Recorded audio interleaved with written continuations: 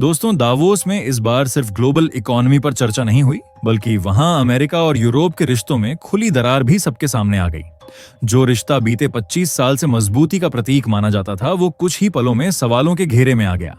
दरअसल मामला शुरू हुआ यूरोप के एक ऐसे फैसले से जिसने वॉशिंगटन को चौंका दिया। यूरोपियन यूनियन ने अमेरिका के साथ चल रही एक अहम ट्रेड डील को फिलहाल रोक दिया। यूरोप का आरोप सीधा और साफ है, राष्ट्रपति डोनाल्ड ट्रंप इस समझौते की भावना का उल्लंघन कर रहे हैं। ट्रंप ने साफ शब्दों में चेतावनी दी थी कि 1 फरवरी से यूरोप पर 10% टैरिफ लगाया जाएगा और अगर जून तक ग्रीनलैंड के मुद्दे पर सहमति नहीं बनी तो टैरिफ 25% तक बढ़ सकता है। यानी ट्रेड और जियोपॉलिटिक्स को एक ही तराजू में तौला जा रहा था। अब जरा माहौल समझिए। स्विट्जरलैंड की बर्फीली वादियों में चल रहा था वर्ल्ड इकोनॉमिक फोरम, लेकिन ठंड सिर्फ मौसम में नहीं थी, अमेरिका यूरोप रिश्तों में भी जम चुकी थी। इस बार यूरोपीय नेता डिफेंसिव मोड में नहीं दिखे। उन्होंने खुलकर ट्रंप की अमेरिका फर्स्ट नीति, टैरिफ की धमकियों और ग्रीनलैंड को लेकर आक्रामक रुख पर सवाल उठाए।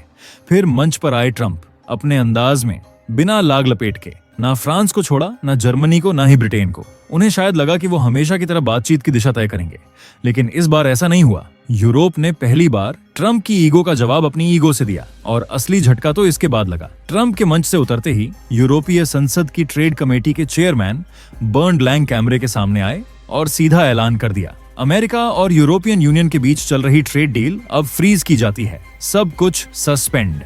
उनका कहना था कि ट्रंप टैरिफ को हथियार बनाकर यूरोप पर ग्रीनलैंड बेचने का दबाव बना रहे हैं और जब तक ये धमकी वाली राजनीति बंद नहीं होती तब तक किसी भी समझौते की गुंजाइश नहीं है। यानी साफ शब्दों में यूरोप ने अमेरिका को बता दिया कि अब हर बात वॉशिंगटन की शर्तों पर नहीं चलेगी। अब सवाल उठता है, जिस डील को फ्रीज किया गया वो आखिर थी क्या? क्यों इसे 25 साल पुराने ट्रांस अटलांटिक रिश्तों का सबसे बड़ा सपना माना जाता था? और इसका असर सिर्फ अमेरिका और यूरोप तक सीमित रहेगा या फिर भारत जैसे देशों के लिए इस टकराव में नए मौके निकलने वाले हैं? इन्हीं सवालों के जवाब हम आज की इस वीडियो में विस्तार से समझेंगे। लेकिन उससे पहले अगर आप वीडियो देख ही रहे हो तो बस 1 सेकंड निकालकर लाइक बटन दबा दो और चैनल को सब्सक्राइब कर लो। आपके लिए 1 सेकंड होगा, लेकिन हमारे लिए बहुत बड़ी मदद है। असल में ये पूरा मामला किसी मीटिंग में फंसी फाइल जैसा नहीं था। ये ट्रंप का वो आइडिया था जिसे वो खुद गेम चेंजर मानते थे। स्कॉटलैंड में उनके टर्नबेरी गोल्फ रिसोर्ट पर बैठकर इसकी नींव रखी गई थी। सोच बड़ी सीधी थी, अमेरिका और यूरोप के बीच कारों पर झगड़ा खत्म, चीन के खिलाफ साथ साथ खड़े होने का प्लान और टेक्नोलॉजी में हाथ मिलाकर आगे बढ़ना। लेकिन यूरोप ने इस पूरी सोच को एक झटके में ठंडे बस्ते में डाल दिया और वजह बनी ग्रीनलैंड। यूरोप के लिए ग्रीनलैंड कोई बर्फ से ढका इलाका नहीं, बल्कि एक लाइन है जिसे वो पार नहीं होने देना चाहता।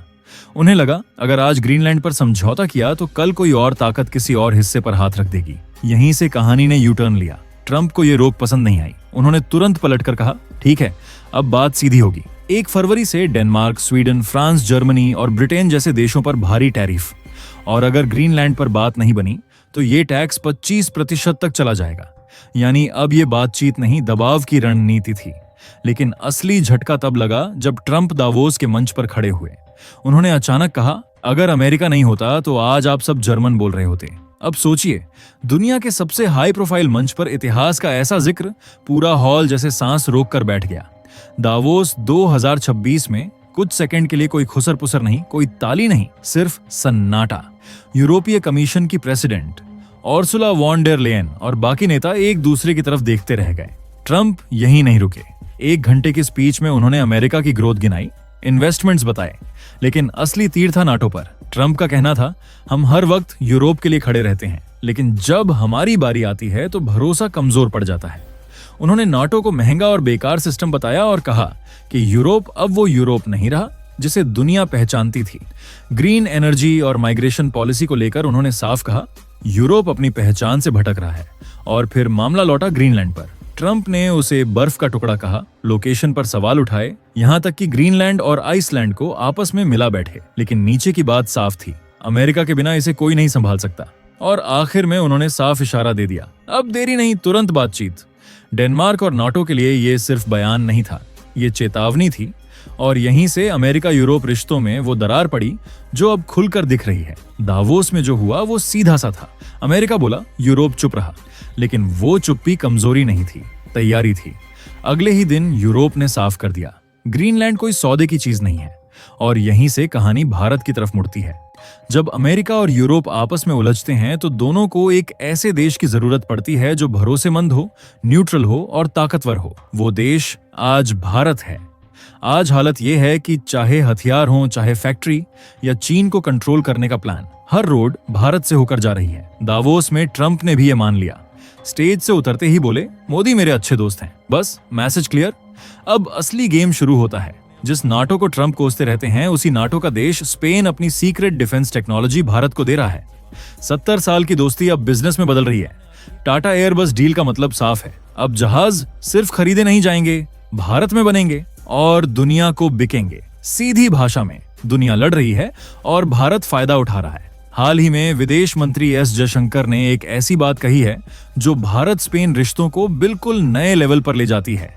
उन्होंने साफ कहा, 2026 सिर्फ एक साल नहीं, भारत और स्पेन के लिए माइलस्टोन होगा। क्यों? क्योंकि दोनों देश अपनी दोस्ती की सालगिरह तो मनाएंगे ही, साथ में 2026 को कल्चर, टूरिज्म और एआई का ड्यूल ईयर भी घोषित किया गया है। मतलब रिश्ते सिर्फ कागजों तक नहीं, लोगों, टेक्नोलॉजी और फ्यूचर तक जाएंगे।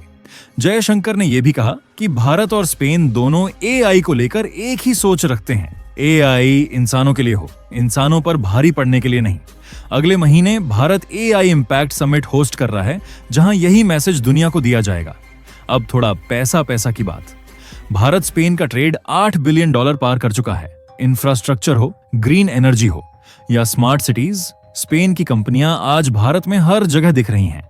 लेकिन असली मसाला अब आता है अक्टूबर 2024 में। पीएम मोदी और स्पेन के पीएम ने जिस एयरक्राफ्ट फैक्ट्री का उद्घाटन किया था, वहीं से सितंबर 2026 से पहले पहला मेड इन इंडिया C-295 विमान बाहर निकलेगा। अब ये C-295 है क्या? सीधी भाषा में ये हमारी एयरफोर्स का नया कामगार है।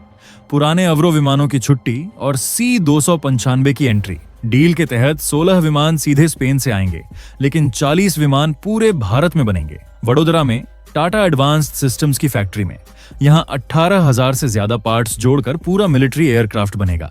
और सबसे बड़ी बात, भारत में पहली बार कोई प्राइवेट कंपनी मिलिट्री एयरक्राफ्ट बना रही है। सोचिए, स्पेन नाटो का मेंबर है, भारत नॉन अलाइंड है, फिर भी स्पेन अपनी हाईटेक टेक्नोलॉजी भारत के साथ शेयर कर रहा है। यही है भारत की असली गेम। ना किसी गुट में फंसना, ना किसी से डरना, बस अपनी शर्तों पर डील करना। बाकी दोस्तों, आप लोगों को क्या लगता है, भारत को स्पेन के साथ डील करनी चाहिए, हाँ या ना? अपनी राय कमेंट करके जरूर बताएगा। और दोस्तों, ये थी आज की बड़ी खबर जो काफी रिसर्च और मेहनत के बाद हमने आपके सामने रखी है। तो अगर आप हमारी मेहनत को सपोर्ट करना चाहो तो वीडियो को लाइक और चैनल को सब्सक्राइब करके अपने दोस्तों से शेयर कर दें, ताकि उन्हें भी ये जानकारी मिल सके। जय श्री राम।